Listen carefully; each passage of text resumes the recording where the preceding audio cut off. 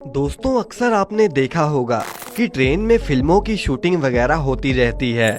लेकिन क्या आप जानते हैं कि फिल्मों की शूटिंग के लिए भारतीय रेलवे को कितने पैसे देने पड़ते हैं? और क्या आप जानते हैं कि जब ट्रेन किसी फाटक से होकर गुजर जाती है तो उसके तुरंत बाद ही फाटक को क्यों नहीं खोल दिया जाता?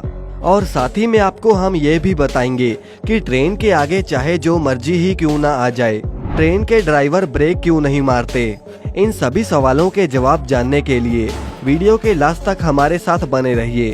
तो चलिए वीडियो को शुरू करते हैं। दोस्तों, आपने अक्सर देखा होगा कि रेलवे फाटक पर जब ट्रेन गुजरती है तो कभी भी ट्रेन गुजरने के तुरंत बाद ही फाटक को नहीं खोला जाता और उसे खोलने में बहुत टाइम लग जाता है। दरअसल दोस्तों, भारतीय रेलवे में जो फाटक होते हैं वो दो टाइप के होते हैं।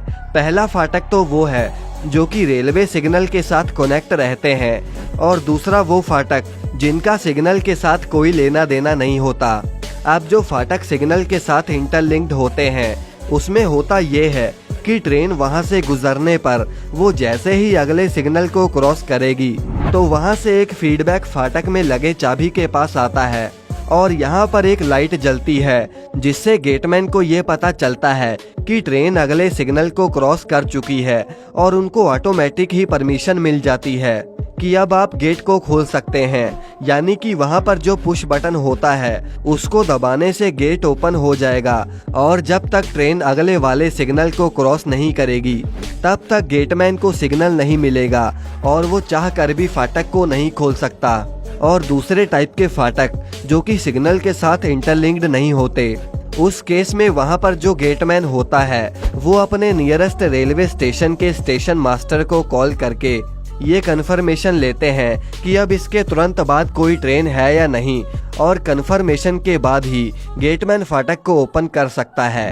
अब दोस्तों, आइए हम जानते हैं कि भारतीय रेलवे में अगर हमें शूटिंग करनी है तो हमें किसकी परमिशन लेनी पड़ती है और शूटिंग करने के लिए कितना पैसा देना पड़ता है। दोस्तों, वैसे रेलवे स्टेशन या फिर ट्रेन में अगर आप वीडियो बना रहे हो और उसका कोई कमर्शियल यूज नहीं कर रहे, मतलब कि उस वीडियो से आपको पैसा नहीं कमाना, उसके लिए आपको परमिशन की जरूरत नहीं है। लेकिन अगर आप किसी कैमरा से वहां फोटोग्राफी या वीडियोग्राफी कर रहे हो तो आपको वहां परमिशन की जरूरत पड़ेगी, भले आप उसका कमर्शियल यूज ना करें।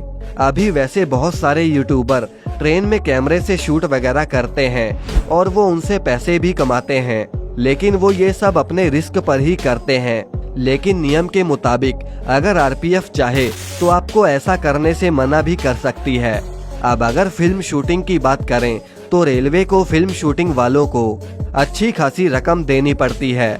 अब जैसे कि आपने रंग दे बसंती और गदर मूवी में देखा होगा और आपको पता होगा कि गदर मूवी में स्टीम लोकोमोटिव का यूज हुआ था, और अगर मूवी में 4 बोगी और 1 लोकोमोटिव की डिमांड है तो रेलवे एक दिन का करीब 5 लाख रुपया चार्ज करती है। और ये रिपोर्ट कुछ साल पहले की है। अभी रेलवे ने अपने चार्जेस भी बढ़ा दिए हैं। अब 4 बोगी और 1 लोकोमोटिव को अगर रेलवे ट्रैक पर 1 घंटे से ज्यादा रोक कर रखा है तो रेलवे उसका 900 रुपए प्रति घंटे के हिसाब से एक्स्ट्रा चार्ज करती है। अब इस काम के लिए फिल्म शूटिंग वालों को संबंधित चीफ पब्लिक रिलेशन ऑफिसर को सारे विवरण के साथ एक एप्लीकेशन लिखना होता है और उसके बाद मुख्य अधिकारी उसका चार्जेस डिसाइड करते हैं और उसकी एक कॉपी डीआरएफ को भेज दी जाती है और तब जाकर साथ ही में डेट और समय डिसाइड करने के बाद ही शूटिंग स्टार्ट करी जाती है। अब दोस्तों, आइए जानते हैं कि ट्रेन के सामने अगर कुछ आ जाए तो ट्रेन के लोको पायलट ब्रेक क्यों नहीं लगाते। दरअसल अगर ट्रेन में 20 से 25 डब्बे लगे हुए हैं और वो 100 किलोमीटर पर आवर की रफ्तार से जा रही है, तब इस केस में इमरजेंसी ब्रेक अप्लाई करने की दूरी कम से कम 800 मीटर होनी चाहिए। और अगर गाड़ी पूरी तरह से लोडेड है और वो 80 किलोमीटर पर आवर की रफ्तार से जा रही है तो उस केस में इमरजेंसी ब्रेक अप्लाई करने का मिनिमम डिस्टेंस 1 किलोमीटर होना चाहिए।